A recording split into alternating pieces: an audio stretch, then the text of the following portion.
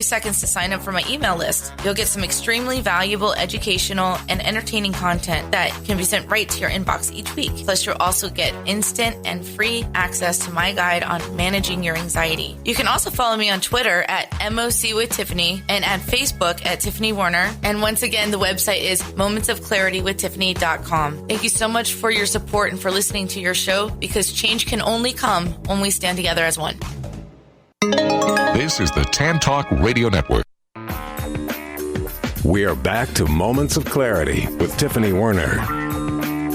To join in the discussion, call 866-826-1340. Now, here's Tiffany Warner. Hi, welcome back. And if you're just tuning in, this is Moments of Clarity. My name is Tiffany Warner. I'm a licensed mental health counselor, and I'm your host. My guest today is the author of The Magic of Life, a son's story of hope after tragedy, grief, and a Speedo. And yes. I read it so fast, I didn't even catch the Speedo part. That's pretty funny. You might be better off. Before we before we went to break, though, like, I knew that you were inspired to do this because of how you were born, basically, with your mom's passing. But I didn't know your aunt and uncle, or your aunt and your dad, passed away just recently. Yes, I'm so sorry you. about that. Yeah, my dad had Parkinson's for about 8 years, and my aunt was also battling cancer around the same time. So they died 90 days apart. It's hard. And yeah, it's very hard. You know, you work in the field, any death, grief, and I modeled my dad's behavior because my dad struggled talking about my mom growing up. And even though you always wanted to ask questions, you always want to back off too, because you know it could, you probably had survivor guilt. Sure. Even though it wasn't his fault and he got T-boned by a drunk driver, but the driver always blames themselves. Right. He had survivor's guilt. I had survivor's guilt because, in college, that's when I really started thinking about the car crash and my own mortality. I was like, well, why was I kept alive? I was an infant. All I did was eat, sleep, and poop. My mom was a school teacher. She was 28.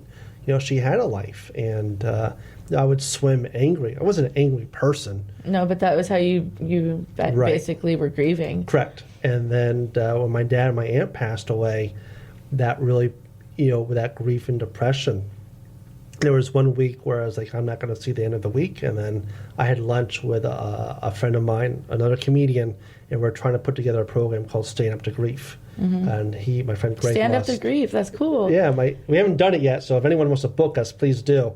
But he lost his first wife due to breast cancer. So we were going to do some comedy and share our program, especially for men, to deal with that. Because we just don't, men don't cry about anything. Well, we do cry. We cry twice. Once at the end of Field of Dreams, and when our sport team wins a championship. That's about it. Yeah. But other than that, forget it.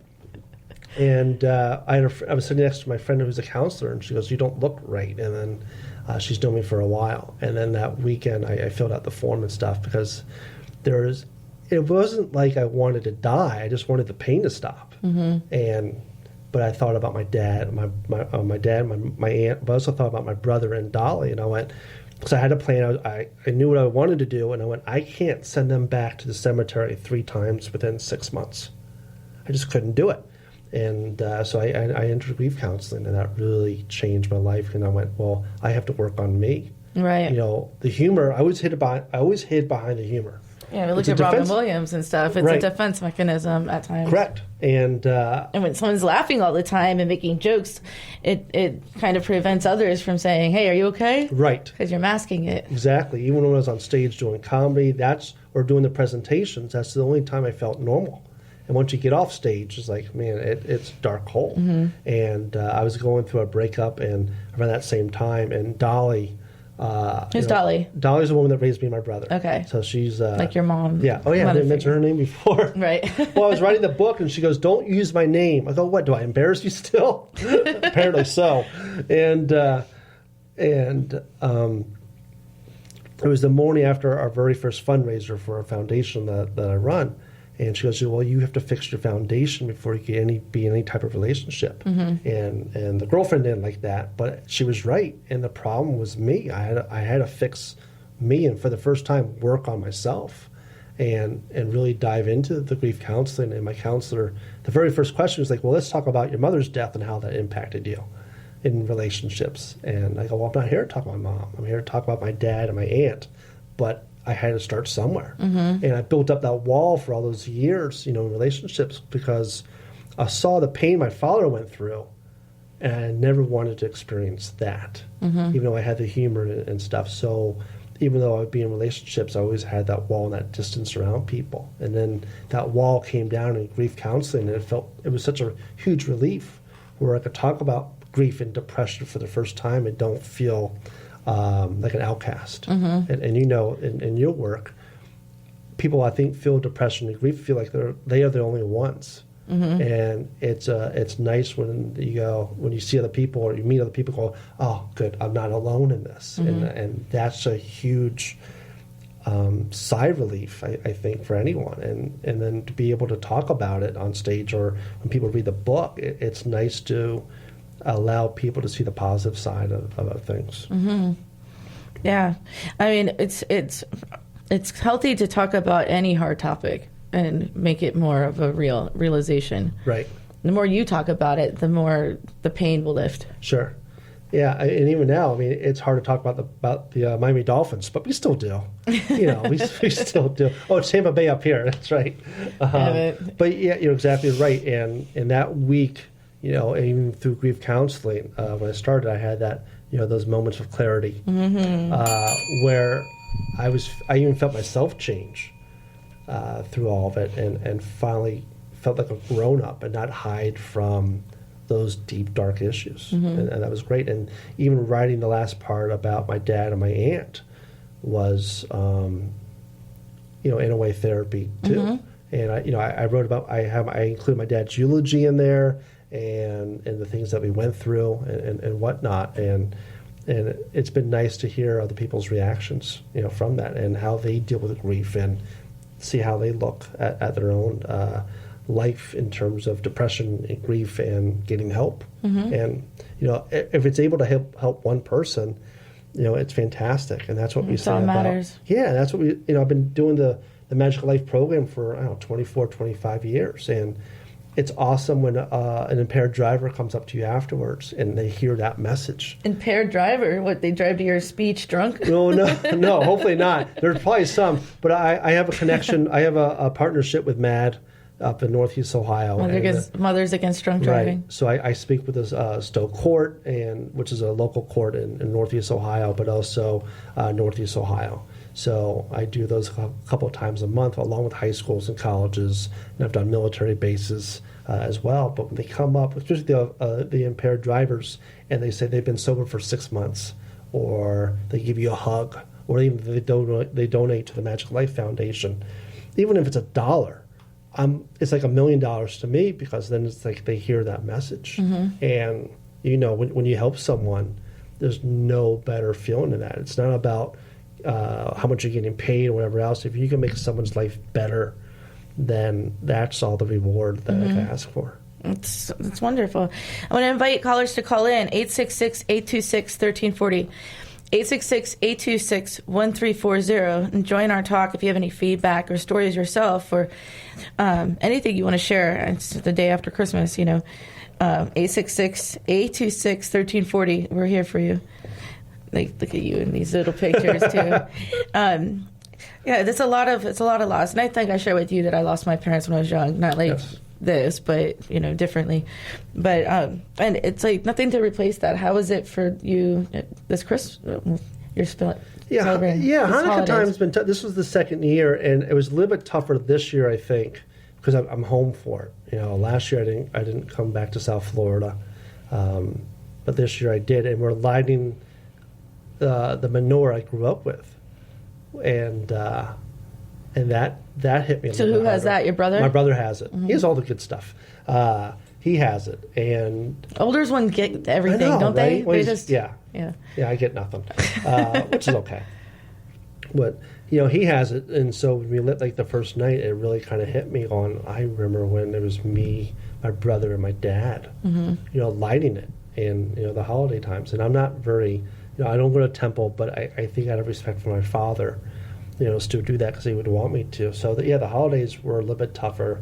My birthday, like the first birthday, Thanksgiving, and, it doesn't make it in, January will be the anniversary in his second year, and those, as you know, it's tough. But even as a kid, you're a kid, but you grew up with that. And you still remember those childhood memories, right?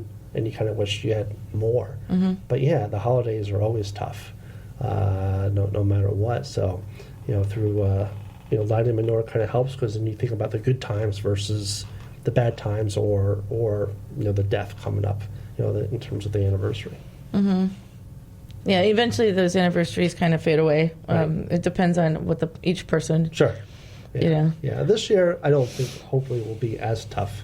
This year we did the unveiling in New York for the cemetery, and what was nice about it was Dolly came up to New York and surprised me. And I didn't know she was coming. So in June, I surprised her with her own copy of her book. So it was payback time that she got me. So You give her a fake name? I did not. I used her real name out of spite for it. Go, I embarrass you? Here's another story I'm going to write about you. But, with her and my father, raising us, I would say we're blessed, because, I think about all the the memories with her. Even yesterday, she's telling stories, and it's just fun to sit and listen to her talk about those stories. Because we know, I won't say how old she is, because she'll still beat me up if I said that on air. But she can still give a good punch once in a while. Most women are like that. Remember that. Yeah, but she's youthful for her age. So I'm going to say that for you.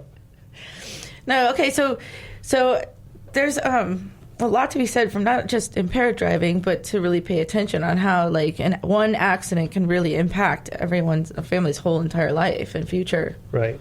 Yeah, it's amazing in terms of the trickle down effect. But even the car crash, or if we talk about depression and suicide and all that stuff, when that time came where I was like, I can't do that to them, I thought, well, if I do something stupid, as I always said in counseling to my counselors, that you could say suicide, those are the ones who are left holding the bag. And same thing with the car crash. My dad, family members, even my mom's sister, my aunt, who I'm going to see tomorrow.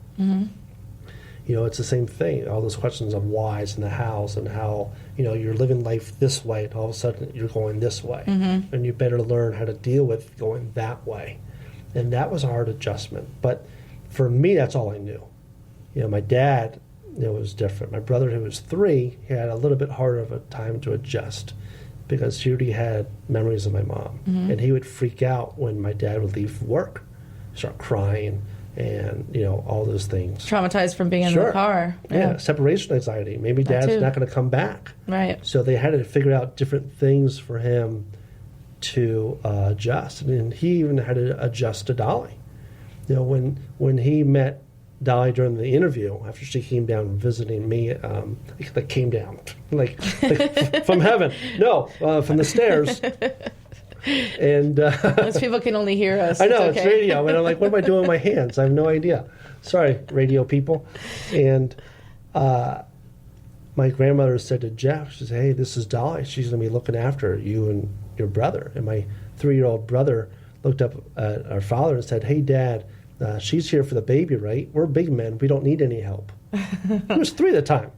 And, those are the stories that Dolly loves to share. But, to go back to the original thing, I know I went off on a tangent, with the car crashes and the people left behind, whether they're injured for life or they die, and their family members, especially now with the texting and being on the phone, but also the impairment, smoking, even pot, you're still impaired.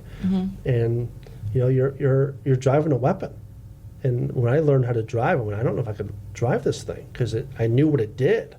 So you have that mental part. And then you're driving around people who are going 90 miles per hour in a school zone, thinking, I'm going to die just on this alone. And that could be scary. But hey, we're humans, though. We take unnecessary risks when we don't have to. And I love that. Was it the Geico car commercial where the dog's going to show us how not to be on the phone? I love that. And that's we have to do better, because there are too many people dying unnecessarily on the roads, and it doesn't have to be. Yeah, it has to get better. It should. I mean, there's no reason that, especially now we have Uber and Lyft and cab.